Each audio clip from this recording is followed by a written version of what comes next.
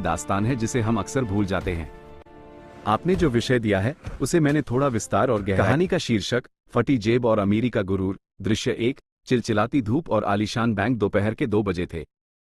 शहर के सबसे पॉश इलाके में स्थित रॉयल इंटरनेशनल बैंक की कांच की इमारत चमक रही थी। बाहर 42 डिग्री की गर्मी थी, लेकिन अंदर का एयर कंडीशनर हड्डियों तक को जमा देने वाली ठंडक दे रहा था। तभी बैंक के बड़े से कांच के दरवाजे से एक बुजुर्ग अंदर दाखिल हुए।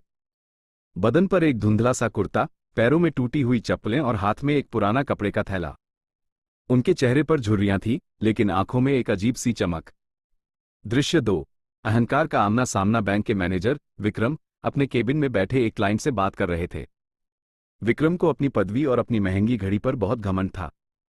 जैसे ही उनकी नजर उस बुजुर्ग पर पड़ी, उनका चेहरा गुस्से से लाल हो गया।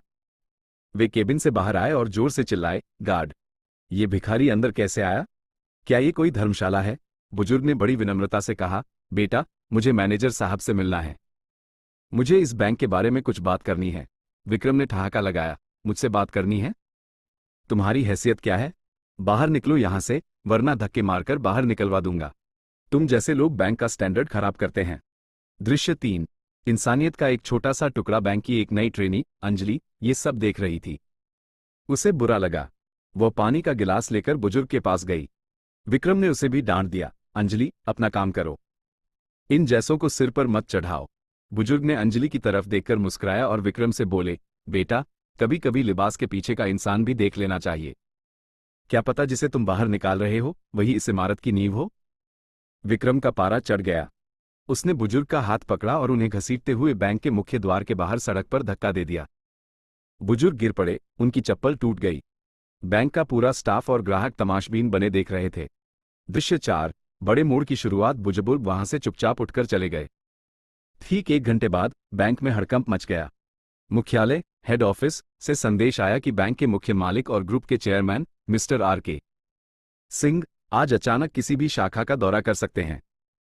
विक्रम ने हड़बड़ी में रेड कारपेट बिछवा दिया। सारा स्टाफ लाइन में खड़ा हो गया। विक्रम बार बार अपनी टाई ठीक कर रहा था और गेट की तरफ देख रहा था। दृश्य 5। सबसे बड़ा खुलासा। तभी गेट पर एक काली चमचमाती रोल्स रॉयस आकर रुकी।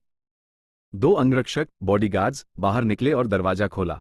गाड़ी से वही बुजुर्ग बाहर निकले, लेकिन इस बार उनके शरीर पर एक महंगा रेशमी कुर्ता था और साथ में बैंक के रीजनल डायरेक्टर चल रहे थे। विक्रम के पैरों तले जमीन खिसक गई। उसके हाथ पांव कांपने लगे। अंजलि ने जब उन्हें देखा तो उसकी आंखों में हैरानी और खुशी दोनों थी। दृश्य 6। न्याय का क्षण। चेयरमैन वही बुजुर्ग सीधे विक्रम के केबिन की ओर बढ़े। उन्होंने विक्रम की नेमप्लेट उठाई और उसे डस्टबिन में डाल दिया। उन्होंने पूरे स्टाफ के सामने कहा, आज से 30 साल पहले मैंने ये बैंक इस सोच के साथ शुरू किया था कि यहाँ हर उस इंसान की मदद होगी जिसके पास सपने हैं, चाहे उसकी जेब में पैसा हो या ना हो। लेकिन आज इस मैनेजर ने मुझे सिखाया कि मैंने बैंक तो बना लिया, लेकिन अपने लोगों को इंसानियत नहीं सिखा पाया। विक्रम रोने लगा और उनके पैरों में गिर गया। सर, मुझे माफ कर दीजिए। मुझे नहीं पता था कि आप मालिक हैं। चेयरमैन ने शांति से कहा, यही तो तुम्हारी गलती है विक्रम। तुमने मेरा सम्मान इसलिए नहीं किया क्योंकि मैं एक इंसान था, बल्कि तुम मेरा सम्मान तब कर रहे हो जब तुम्हें पता चला कि मैं अमीर हूं। सम्मान पद का नहीं, व्यक्तित्व का होना चाहिए। दृश्य 7। एक नया सबक। चेयरमैन ने उसी वक्त विक्रम को सस्पेंड कर दिया और उसे एक सजा दी। तुम अगले 6 महीने तक बैंक के बाहर एक आम चपरासी की तरह काम करोगे और हर आने वाले गरीब की मदद करोगे। अगर तुमने इंसानियत सीख ली तो ही तुम्हें कुर्सी वापस मिलेगी।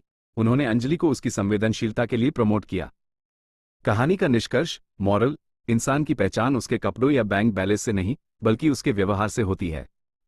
कुर्सी और पद आज हैं, कल नहीं होंगे, लेकिन आपका व्यवहार उम्र भर याद रखा जाता है।